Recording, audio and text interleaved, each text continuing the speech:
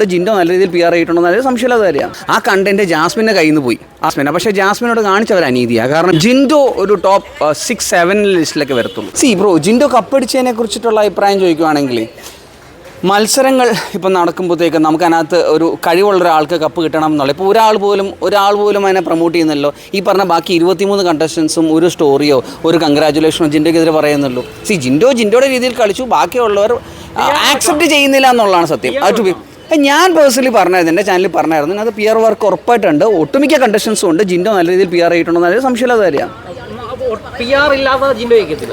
PR ഇല്ലാന്നല്ല, നല്ല promotion വേണം. പിന്നെ ഇതിനകത്ത് സാധാരണക്കാരായിട്ടുള്ള ആളുകൾ നല്ല രീതിയിൽ സപ്പോർട്ട് ചെയ്യുന്നുണ്ട് ജിൻഡോ. ഇപ്പം നമ്മളൊരു സാധാരണ നോർമലായിട്ട് ആളോട് പറയുകയാണ് ജിൻഡോ എന്താ ചെയ്തത്, അയ്യോ ജിൻഡോ പാവമാണ്, ജിൻഡോ സ്നേഹമാണ്, ആ ഒരു ടാഗ് ലൈൻ ജിൻഡോ കൊടുത്തിട്ടുണ്ട് ആളുകളിൽ. അതുകൊണ്ടാണ് ജിൻഡോ ജയിക്കാൻ കാരണം എന്നുള്ളത്. പിന്നെ PR നല്ല രീതിയിലുള്ള വർക്കുണ്ട്. അതിപ്പോൾ എല്ലാവരും തന്നെ ഒട്ടുമിക്ക ആളുകളും PR ചെയ്തിട്ട് തന്നെയാണ് മുന്നോട്ട് വന്നത്. ജിൻഡോയും PR ചെയ്തു എന്നുള്ള കാര്യത്തിൽ ഒരു സംശയമില്ല. ജാസ്മിന് കൊടുക്കണ്ട. കാരണം എന്താ പറയുക, ജാസ്മിൻ ഒരു കണ്ടന്റ് ക്രിയേറ്റ് ചെയ്തായിരുന്നു. ആ കണ്ടന്റ് ജാസ്മിൻ്റെ കയ്യിൽ നിന്ന് പോയി.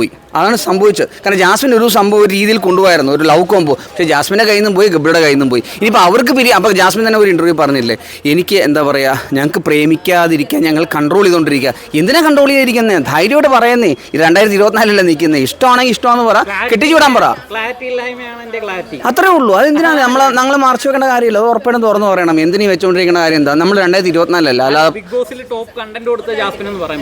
കണ്ടന്റ് ക്രിയേറ്റ് ചെയ്ത ജാസ്മിനാണ്. പക്ഷേ ജാസ്മിനോട് കാണിച്ചവർ അനീതിയാണ്. കാരണം ഇത്രയും കണ്ടന്റ് കൊടുത്ത ഒരാളോട് അവസാനം അയാൾ ഒരു ഡിപ്രഷൻ സ്റ്റേജിലേക്ക് വന്നിട്ട് ഒന്ന് പ്രൊമോട്ട് ചെയ്യായിരുന്നു. അയാളെ ഒരു തേർഡിലൊന്നും ആക്കേണ്ട കാര്യമില്ല. എൻ്റെ അഭിപ്രായത്തിൽ സെക്കൻഡെങ്കിലും കൊടുക്കാറുണ്ട്.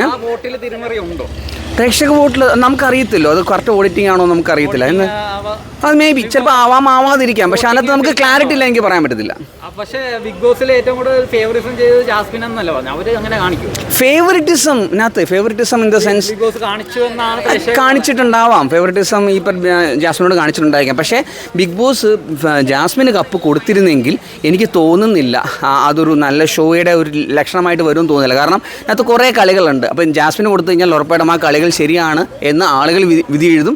ഒട്ടുമിക്ക ആളുകൾക്ക് മനസ്സിലാവും ഇത് ഈ ഫേവറിറ്റിസം തന്നെയാണ് മനസ്സിലാവും. അതുകൊണ്ടായിരിക്കാം മേ ബി. എനിക്ക് തോന്നുന്നില്ല ജിൻഡോയ്ക്കായിരുന്നു കപ്പ് കൊടുക്കേണ്ടിയിരുന്നത്. അത് അവസാന നിമിഷം മാറിപ്പോയതായിരിക്കാം. കാരണം ഒട്ടുമിക്ക ആളുകളും പ്രതീക്ഷിച്ചത് വേറെ ആളാണ്. അർജുനും ഈ ഫസ്റ്റ് 50 ഡേയ്സൊന്നും വലിയ പെർഫോമൻസ് ഇല്ലല്ലോ. അത് കഴിഞ്ഞിട്ടല്ലേ കുറച്ച് പെർഫോം ചെയ്യാൻ തുടങ്ങിയത്. എനിക്ക് ടോപ്പ് 5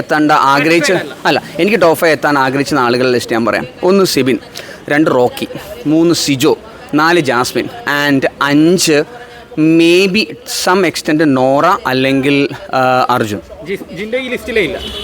ജിൻഡോ ഒരു ടോപ്പ് 6-7 ലിസ്റ്റിലൊക്കെ വരത്തുള്ളൂ. അത്രേ ഉള്ളൂ.